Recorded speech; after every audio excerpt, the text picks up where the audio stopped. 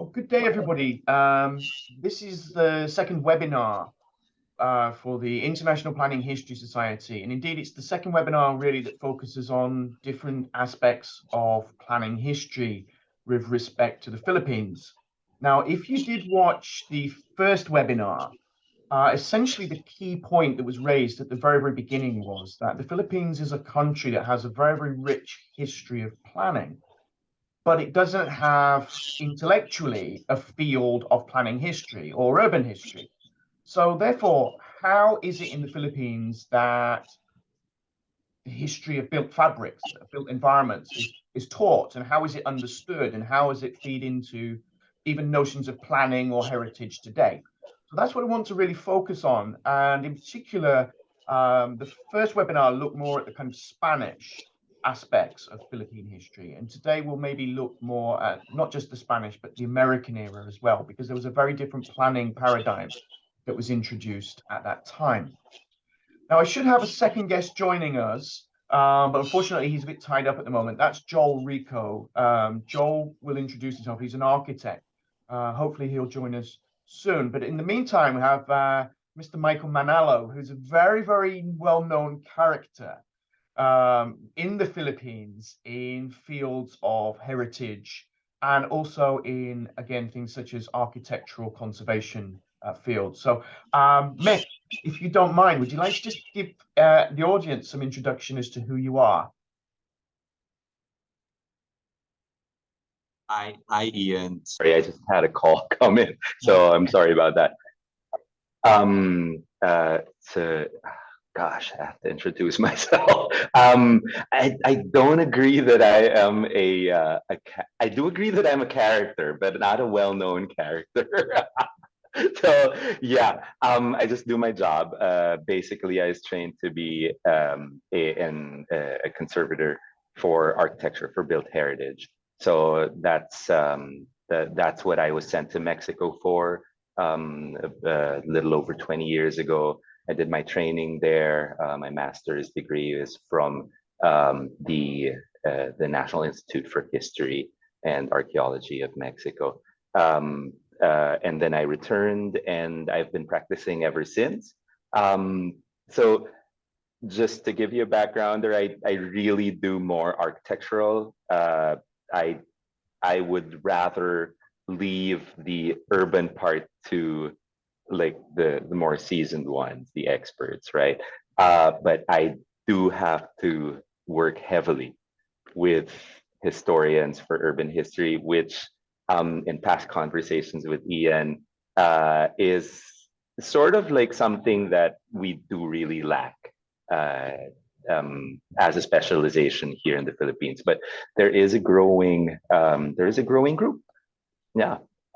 So now I am fully integrated into the private sector. I'm doing private work, but for the past 3 years, I was with the National Commission for Culture and the Arts, serving as the head of the Subcommission for Cultural Heritage.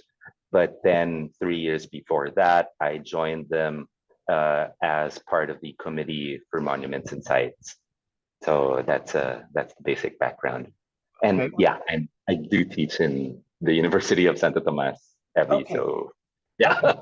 Right. No. There's a number of things there that's again very relevant. What we can talk about today. So thank you so much. So again, I think it's very interesting because you have a position, and you're being very modest. You work within a number of organizations, a number of and you're missing out, say, like ICOMOS, for instance. You're very heavily ICOMOS in the Philippines. Right. UNESCO. Yeah, national cultural organizations. Right. Now, again, let's just pick up on that for the moment. In what kind of way do they kind of understand history? You mentioned about there's this. Again, from my own experience, please tell me if I'm wrong. There's kind of a rising new generation of people, young people in the Philippines, very interested in the past. These can be architects. These can be people interested in kind of sustainable tourism, historians to a lesser degree. So I just wonder what kind of debate goes on in these kind of national organizations and how that affects how they work with regards to, as I say, this kind of new enthusiasm for finding out about the past and developing heritage policy. Right. Actually, that's the thing. It's the enthusiasm that is there. But we always have to remind you, you've mentioned two very important things, enthusiasm and policy. So sometimes they do mix together very well, but a lot of times it's more of the enthusiasm and less of like getting yourself dirty and working on the policy. So that's one thing we have to really consider. I think in the 6 years that I was with government, you could really see that conservation, maybe as a sector or something as a practice, right, is still very young in the Philippines. So you're not looking at the Western world, which has had conservation for, I don't know, hundreds of years. But here in the Philippines, if you really trace it, it would probably just begin maybe in the 1960s, 1970s. Legally, there would be some precedents to that, the earliest being also in the American period, right? There was that landmark 1904 Barlin versus Rodriguez ruling on church property. So that would probably mark sort of like a beginning for conservation history, but not for the scientific way of doing conservation, right? So that's where enthusiasm and sort of policy has that divide, right? There's a lot of enthusiasm, but to be able to translate all of what you see, what you do into policy, that takes a little bit of work still. So those are the kinds of things that we were looking. Well, I was with government. We were looking at, and how to use all of that information that is being churned out from workshops, conferences, seminars that the government is funding, right? Take all of that and create policy so that there will be future guidance for conservation work. Yeah, and the key point I think here, to just going forward, is that through organizations like the NCCA, the National Commission for Culture and the Arts, the idea is to influence local governments, LGUs, as you call them in the Philippines, to Precisely. inform them and to give advice to them so that they can enact policy. And again, Precisely. this is really built around the heritage law, isn't it? And I wonder if you could just give a kind of very simple overview to anyone who's unfamiliar. What's the main Heritage Act at the moment in the Philippines? And do you think Well, it's successful even? it's something from 2009, and maybe let's not go to how successful it is or how not successful it is, because we do know that all laws are, of course, pretty well thought of. It did go through a lot of consultations, a lot of research, and all of that. But everything will lie on the implementation, right? So after a law is enacted, they would draft the implementing rules and regulations. But still, after that, there will be a number of guidelines that you'll have to draft, right, for specific sections of the law. I myself, I am concerned with, for example, the section that deals with conservation management plans, because it is in the law that if you have a declared site, and declared sites in the Philippines would range from the highest, which is the national cultural treasure, down to like an important cultural property and something that is locally listed. So, but for national cultural treasures, which is the highest form of declared site that we have, it should already have a conservation management plan. So that is mandated by the law. And you have Yeah, a very interesting kind of clause in the law, don't you, which is based on age, a building and its age, isn't it? Yes. A So building can be considered as heritage when it's 50 years old, if that years. Yes. So the 50-year clause is really just to be able to sort of uh, mitigate the very rampant what do you call this, demolitions and all of that of a lot of heritage properties. And the 50-year clause is for uh, the owner, the government, and other entities to be able to sit down and contemplate if this structure is actually it should actually be part of the inventory, the national inventory for heritage sites. So it kind of works that way, but then again, that's what I was telling you, Ian, that these things have to have specific guidelines, right? So even because if it is 50 years, then it is presumed to be important. So for an owner to be able to, for example, do modifications or even demolish it, they would have to apply for the lifting of that presumption, right? So the presumption has to be taken out, and then they can proceed. So all of that will have to have its guidelines on and procedures on how to review things and who should review things, right? So that's all still in on the table, and it's being refined as we go along with all of the cases that have been with all of the petitions, not cases, petitions that have been coursed through the National Commission for Culture and the Arts, the National Historical Commission of the Philippines, and up to about 2020, the National Museum of the Philippines. 2020 because they actually gave their jurisdiction over built heritage over to the National Commission for Culture and the Arts. Thank you so much. Thank you. Let's just flick through a couple of pictures, because what I want to do is just kind of roll the presentation forward. And again, I'll come back to some of the points you've raised. Again, this image here, absolutely familiar to anybody aware of the Philippines situation in the Southeast Asian context. But as you kind of touched upon through your own experience, and again, as anyone who's familiar with Philippine history will know the connection, particularly with Mexico. And well, I mean, technically it was a Spanish colony, but if you kind of know your history a little bit more, really the Philippines was a Mexican colony. It was a colony of Spain. So it's in a sense an adjunct. And again, this was all based around what's known in the Philippines as the Manila Galleon, the kind of silver trade. Let's come back to that in a moment. But as I was introduced in the first webinar last week, the Spanish introduced their laws of the Indies, regulations, 148 ordinances for the laying out of new towns. But in 1898, there's colonial change, there's regime change. And the Americans come into the picture in a formal sense. And within a handful of years, you get Daniel Burnham.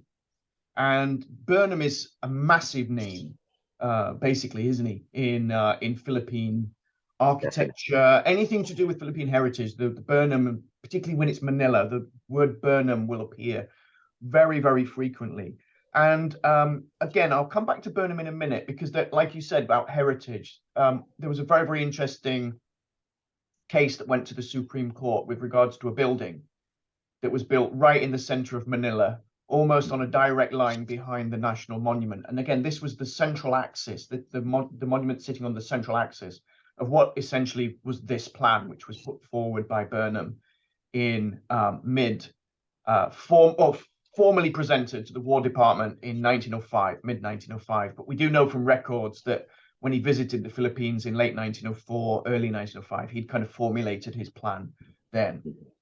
I think, again, what's very, very important, often missed, because Burnham is this kind of umbrella name that kind of encapsulates a lot to do with the American colonial era, is the gentleman on the left. This is William Parsons. Parsons is really the man who brings Burnham's planning model and really proliferates it around the Philippine Islands. And then by the 1920s, with the Philippinization of the colonial civil service, the two gentlemen on the right of the screen in the picture, Juan Arellano, Antonio Toledo, and there's really a third individual, Thomas Mapua. But Mapua wasn't so much involved in the designing of built environments. He was more, let's call it, more pure architectural projects, whereas Toledo and Arellano were designing plazas, even involved in town plans. And clearly by the real onset of decolonization in the 30s and 40s, Arellano in particular was really, really involved in the creation of what was to be the post-colonial capital city of the Philippines, Quezon City. So again, we can come back to those. Let me just go back. As I say, the kind of Burnham arrives, Americans arrive in the early 1900s, and you really get a big change. You get the rejection of the Spanish planning system, and you get the introduction of the City Beautiful. And equally, you get the development of a government office to oversee public architecture and planning schemes, not just in Manila, but all over the country. And as I say, by about 1919, this office is basically headed by Filipinos. And although they're designing in an American kind of style, they kind of introduce transitions, and they don't see the architecture as colonial. They start to see it as Filipino for the first time, modern Filipino. Now, these individuals, this first generation, are known as pensionados. These were individuals educated in America. From a Philippine perspective today, often in the post-colonial situation, these Filipinos who are, from an educational perspective, Americanized, are often seen as un-Filipino Filipinos. That's the kind of popular terminology that these people are labeled by.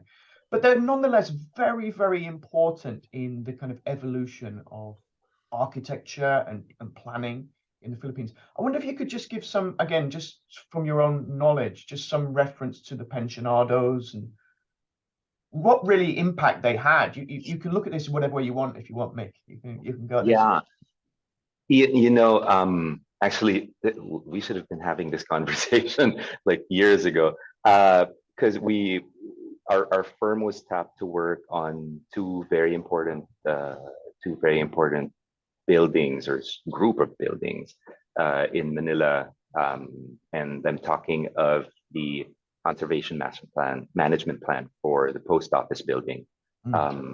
And we are still involved in the Philippine General Hospital, which is actually just so important. Not a lot of people really realize its importance, right?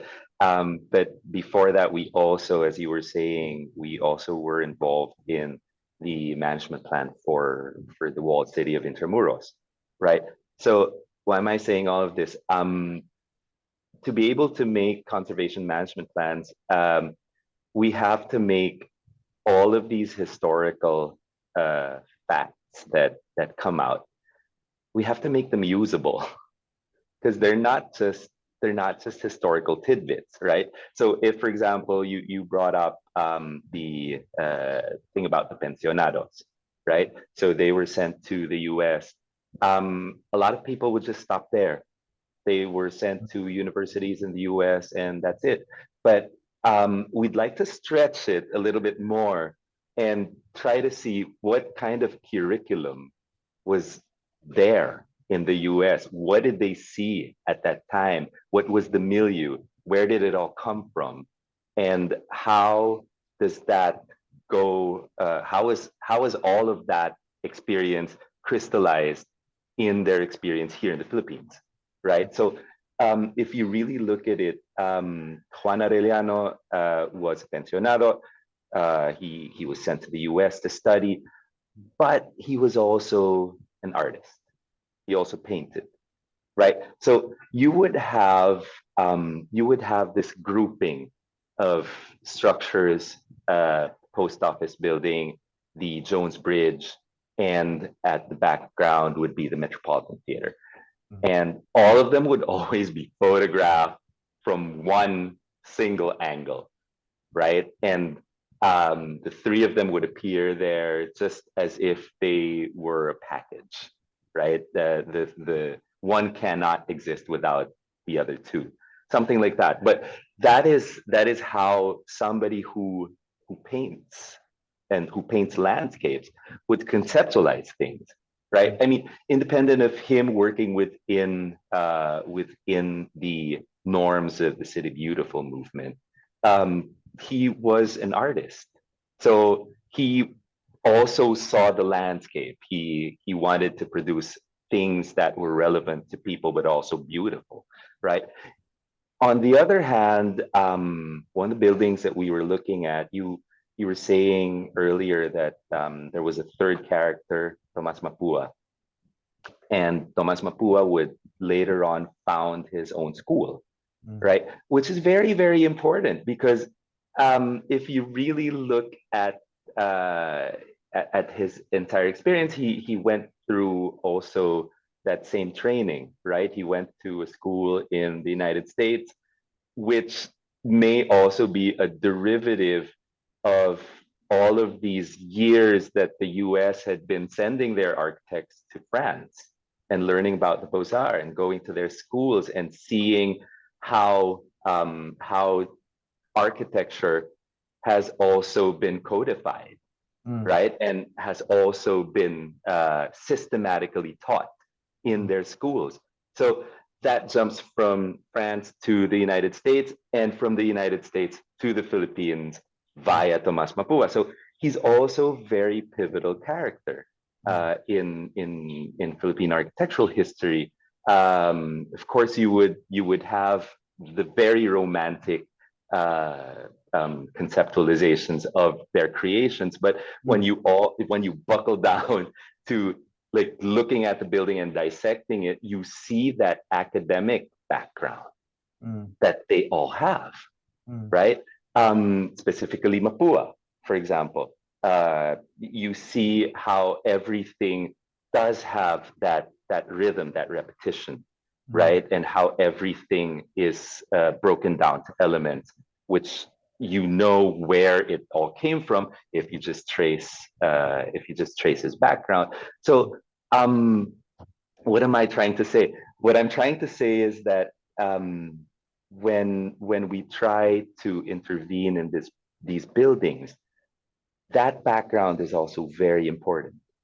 So it's not just looking at the building for what it is, it's looking at the entire pedigree of that building, right? Where everything was coming from. What kinds of, like, for example, proportions were they looking at, right? So all of this is very important to be able to make a good study of the elements that you are going to preserve in a structure or in the setting. Well, that's the key, isn't it? Because the setting as well, they're really civic designers. Right. And, public buildings were set on unencumbered sites with formal approaches and with landscape gardens, very symmetrical arrangements, and often with a monument in front of the main entrance to the building. So there's very, very much a kind of a site relation, isn't there? And that's again important because when you're thinking about heritage today, it's not so much the structure per se, it's the grounds that it fits in, particularly with presidencias, which are like the town halls, and provincial capital buildings, which are often set in sometimes in hectares of land. So it's very, very important to understand, and often with, again, big roads coming towards those grounds. So there's very much an environmental awareness, wasn't there, in what they were doing. It's not just about a building and internal spaces. It would connect to the kind of outside world. In a sense, taking democracy out into the built fabric. That's, I suppose, the logic that they were trying to. Right. Yeah. Ian, it's very, that is just so important. And the buildings or groups of buildings that I just mentioned to you, Philippine General Hospital, the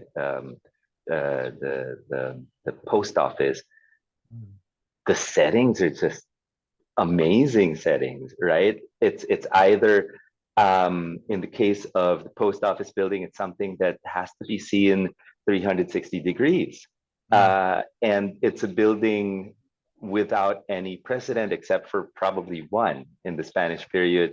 And that would be the aduana, the intendencia, the customs building. That was one building that was seen from all around, And right? again, sorry, just for anyone unfamiliar with those two buildings, they are down on the riverfront. So they are Right, seen and approached, in particular the post office. The post office was not only to be approached by land, but there was the idea that, again, but the water kind of entrance as well was very, very important. So it really that's was a building that made a dramatic impact within the cityscape. exactly Originally proposed by Burnham in his 1905 plan, built about 20 years later, but as you say, in a very, very kind of American classical Beaux-Arts way, with a big right. roadway running towards it. So again, you can see it about a kilometer away, and as you get nearer, it really is an impactful building. Right, but you know, it's interesting that we're already talking about the post office. When we were looking at it, we were telling everyone, look, you're really just looking at it from the outside, right? And what you were saying, Ian, the location is very important because it does have that access to the river and to the port, right? Through the river. Um, so that gives you an idea that this building has to work. It is a machine, right? Beyond the beautiful facade, it is a machine. So when we were doing that, we were looking at the possible models that could have existed, right, for this building. So we were looking at models in the United States, for example, and one of the buildings that sort of stylistically fit the bill, if you would look at it from the outside, was the General Post Office in New York, right, by McKimmead and White. So it also has this beautiful approach, massive set of stairs leading up to this beautiful portico, right, colonnaded area. But I think that would have been applicable to the original intention for the Manila Post Office building, because you see the earlier perspectives, it would just have uh, that massive set of stairs, right? But they had to adjust it because the building was delayed in construction, right? So they had to accommodate a growing number of cars that were already going around the city, right? So it was a basic mode of transport by the time that the building was actually built. So they had to accommodate a ramp already, and that would separate the set of stairs. So it separates it into two. But what's also important is to see how internally the building works. So we were looking at the General Post Office, and we were looking at other models and how, for example, how everything arrives, how everything is sorted out, how everything is handed to each and every postman. And if they had like garages for cars that would transport mail to other parts of the city. So all of that went into this study, and the conclusion really was this building is a machine, right? It's a beautiful, beautiful machine, but nonetheless, it had to work, right? And that was the value of looking at the functional components of the building. But there was also that ever important thing of looking at the trajectory of the history of the postal service in the Philippines, and that's when we saw that it was organized around a couple of services, right? So of course the post was there, so post and parcels, right? But it also had the postal bank, and it also had telephone service lodged inside it. So my mother was telling me, for example, that she had to go to the post office to make calls to her family in the province. So that was very important. It becomes then this social hub for people, right? Because not everybody had phones in their houses. And then if she had to remit money back to the province, she would do it via the postal bank. But going into the future, when all of these services would be privatized, then it would then diminish the income streams of the post, right, of the post office. So then you have like a diminishing income stream, and then more recently you would have, of course, internet, email, and all of that. So it would really dramatically diminish the income of the post, right? So now if you go there, you'll understand why a lot of spaces are actually empty, right? So you see how they are trying to reuse a lot of spaces to house other government services, like for example,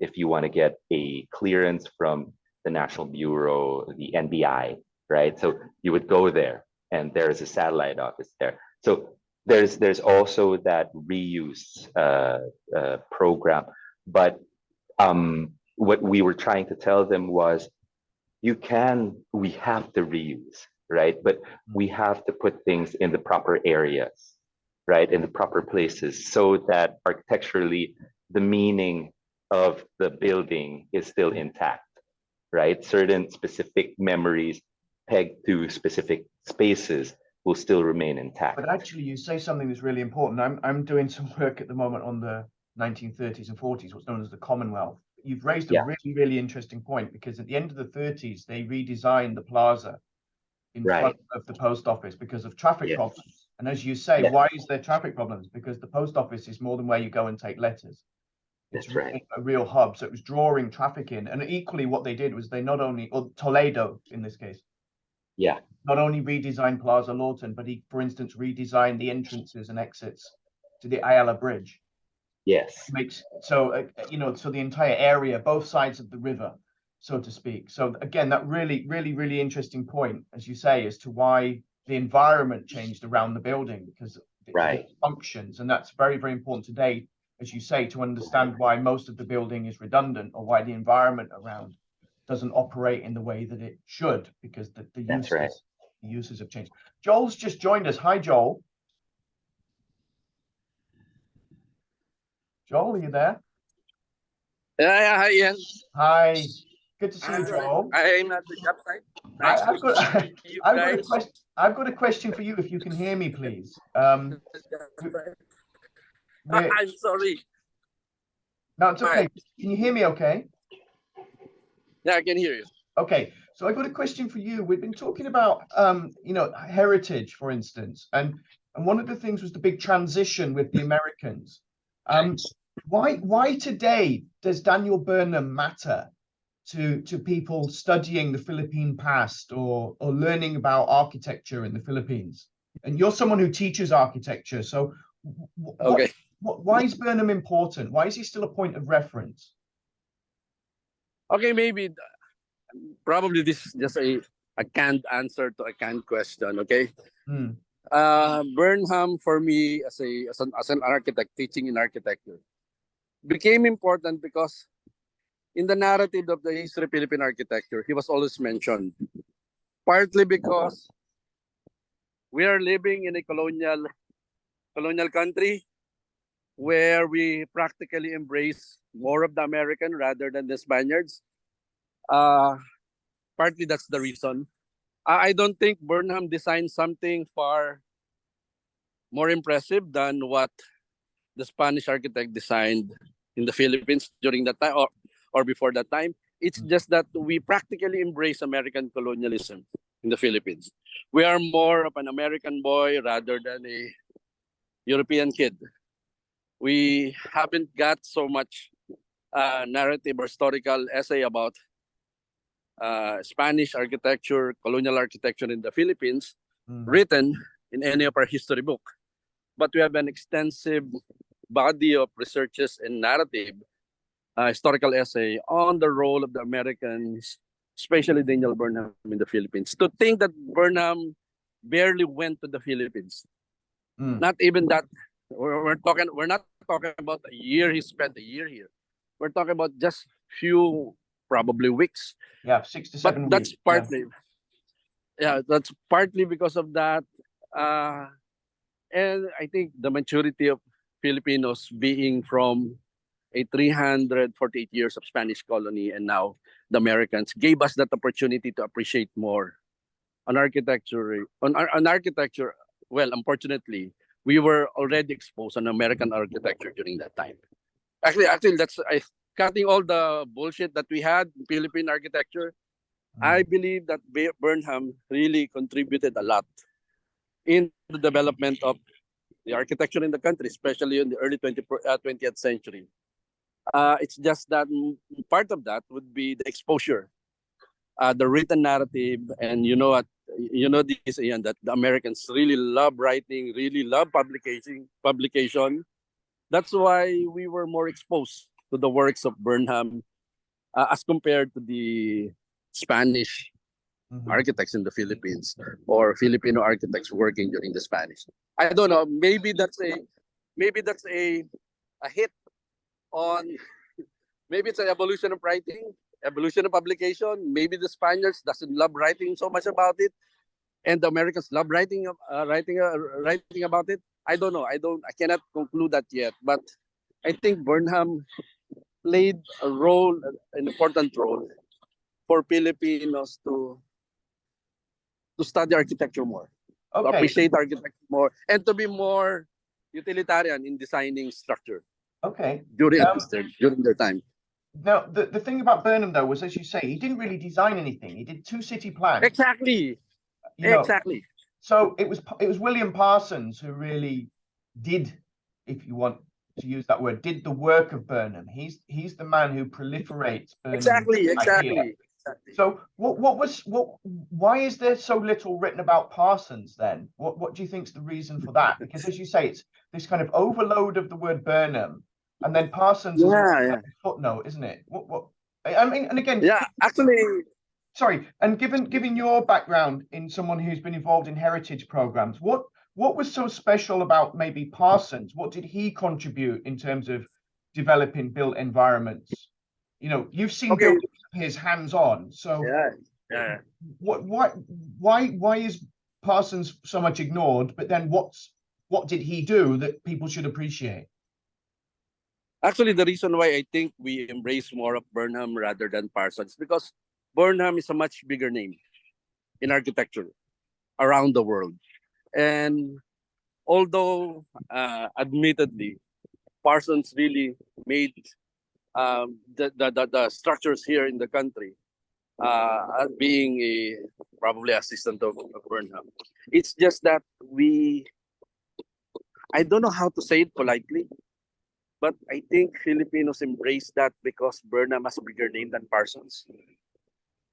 Okay. I don't know. I want to be proven wrong. But if you compare, we're talking about names. We're not talking about architecture itself directly. But William Parsons' name, Daniel Burnham's name is way much bigger than William Parsons. I think that would be the end of the story. Whether Parsons designed more structure in the Philippines, it doesn't really matter. It's like comparing Frank Lloyd Wright and his assistant.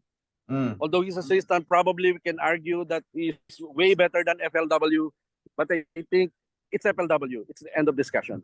And I think partly because of we embrace Burnham, can you imagine appreciating someone who hardly almost visited the Philippines and stayed in the Philippines and designed a structure in the Philippines and had that profound influence to us compared to those who to Parsons, who almost spent most of his adult life in the Philippines designing structure all across the country.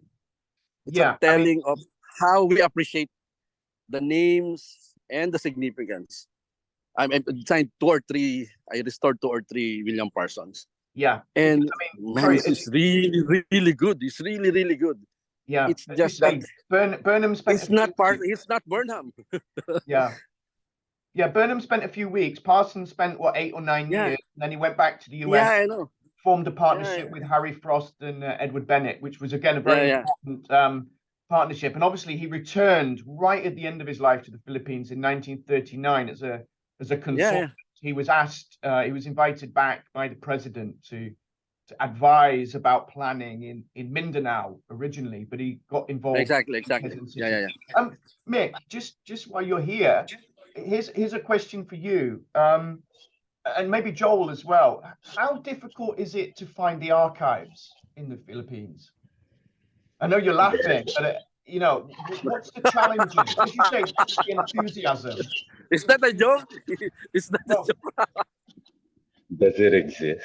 No, actually, it's okay. I guess the diplomatic answer to that is it's very difficult. We are not very much used to going to the archives, actually, to do work, to do research. So that being said, you don't actually have a culture, right, of researchers really going to the archives and looking through things, right? So that then doesn't it doesn't really contribute much to the development of like archives in the Philippines, how it is, and it doesn't also like promote really that culture. But what Joel was saying was very important earlier about like Filipinos not really knowing much about the Spanish architects. That's also because of that problem. It's the access to the archives, the archival material, that's first. And then also there is a small problem with the language, because we do have that very dominant overlay of the English language, and a very small percentage of Filipinos actually speak Spanish or even read in Spanish. And historically did as well. It was an elite language, wasn't it? Even during the Spanish colonial time, it was small. I agree on Michael. I think it became difficult for us to access those files, primarily because we don't really understand how to read it. We don't know how to read it. We don't know how to interpret it. I was just fortunate that every time I go to the National Archives before, when it was in the National Library, I had other people there researching, so I can ask several words or sentences or narrative, so they can translate it to me. But I think that's one way putting it, so that difficulty, that language barrier difficulty. And partly because also that, we are not in a culture of researcher, and somehow I don't know, I don't know how to say it politely, but going to the archives or asking, actually it will depend on whoever is sitting on the archives. If the one sitting in the archives are educator, then they will share the files because they know the value of those files to those who are researching. But if you had a collector working on the archives, sorry for the Greek, but that would be really shit, because he will be or she will be protecting the files as if it is his or her own collection. He wouldn't share. I'm not referring to anyone, but he wouldn't share the files to anyone because from a point of view of research of a collector, he doesn't want or she doesn't want his or her collection to be shared to everyone. But if you had an educator, like a dean of whatever school, and who studied in America, who knows the value of those researches, she or he would definitely make an effort to make those files accessible and translatable to everyone. Okay, great. Let's just have a final to kind of bring everything to a kind of close. You mentioned something there which I'll put under the word kind of challenge. One of the challenges for the future is to ensure that there's access to information, and then once people have access to information, they have the skills to be able to, as you say, to read and interpret and to put the information in archives into the historical context.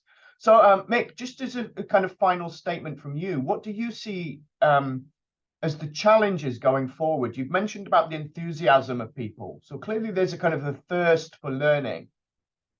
How how is the Philippines going to go forward? How is it going to kind of manage some of the issues in order to, like Joel saying, help information be kind of disseminated freely and openly to people? What's the kind of challenges in terms of preserving built environments in the Philippines at the moment? Well, I would say it's a couple of things, right? But a lot of it would hinge on the actual implementation of the law.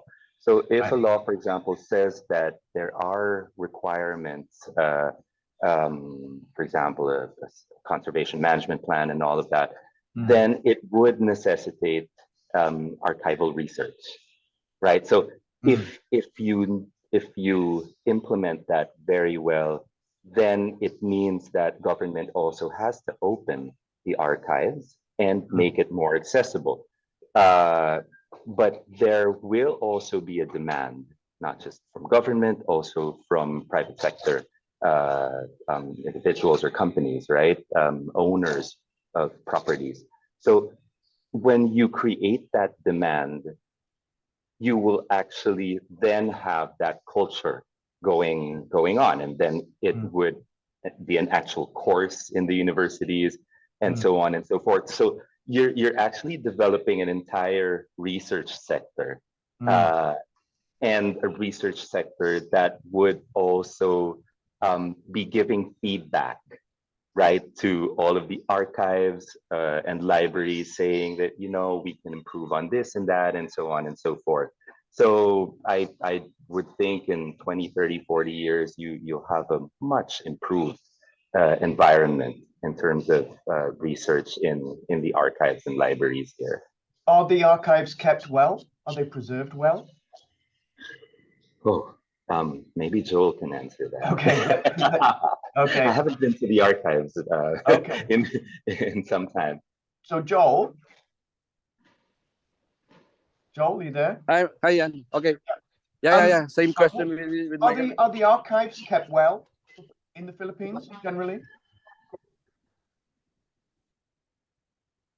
Can you hear? No would be an understatement. Yeah, I can hear you. Okay. Okay.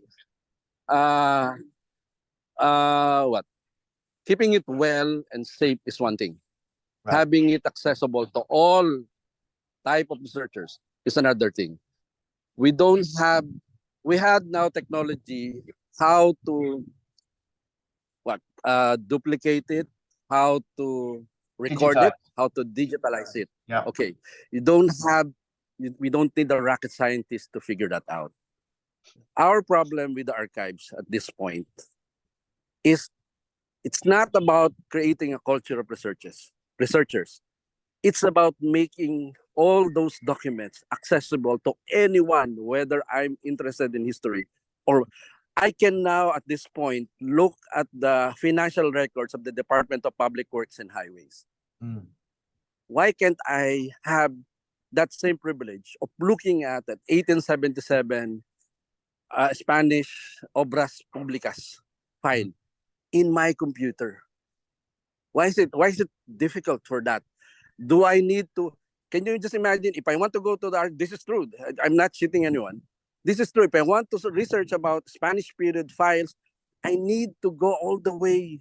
Anywhere I go, from where I am, go to the archives, write a letter, and have that endorsement. Geez, it's not human anymore. We don't act like that anymore. You go to Library of Congress, you can access the files. I don't know what happened to us. I don't know. I'm sure, and someone at this point hearing this statement will probably had a doll on me, and then having those witchcraft, and then inserting needle on that doll. But I guess we're no longer Neanderthal, Ian.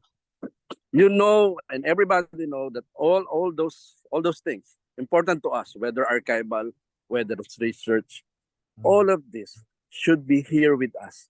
You can have it accessed. Then it will create a community of research because it's already there. It's up to you whether you like it or not. And Ian, guys, I have to leave because my client is here. No problem. Okay, Joel. I'm really sorry. Mike, thank you. That's all right. Thank you. Sorry. That's okay. Okay, bye. Bye. Thanks, Joel. Good to see you. Okay, and again, just for anyone who's unfamiliar with Joel, he's principally based in Manila, but he's He's acted as a presidential advisor to the office of the president, as an advisor on a number of issues. Yeah, I think he raises a very important point. And please correct me on this, just as a final statement. As you say, lots of enthusiasm, but is it because at the moment we've got a bit of a problem in the Philippines that there's a bit of it's disparate between the historians, the architects, because heritage really is an architectural domination, isn't there? The historians are very much a secondary thing, aren't they? So there's not that kind of, as you kind of implying, that there's not that kind of feeding in of use of sources, and or very particular sources are used, and then they're, as you say, visual really. But right. I think, Ian, it's really a matter of looking at things as this ecosystem, right? And I have been trained never to work on my own. I need to always tap a lot of people around me for their different specializations. So heritage conservation is a very big field with a lot of specializations, and it's just so multidisciplinary. We all know that, and research plays a pivotal role in this field. So the architect cannot do all of these. So the architect has to concentrate on what the architect has to look at. If you will ask us to be the ones to go to the archives, get things, yank them out, then a project will just stretch on for years and years and years. That is why there has to be a good group of researchers supporting you, and that culture of research just has to happen, right? Because without people who specialize in research, then I don't know, we'll just be in that domain of access only to those who know people in the archives, right? Yes. Or access to maybe even people who see this as a hobby, who have the time to do this, right? In their spare time, they can do this. So no, it's not that. It's actual work.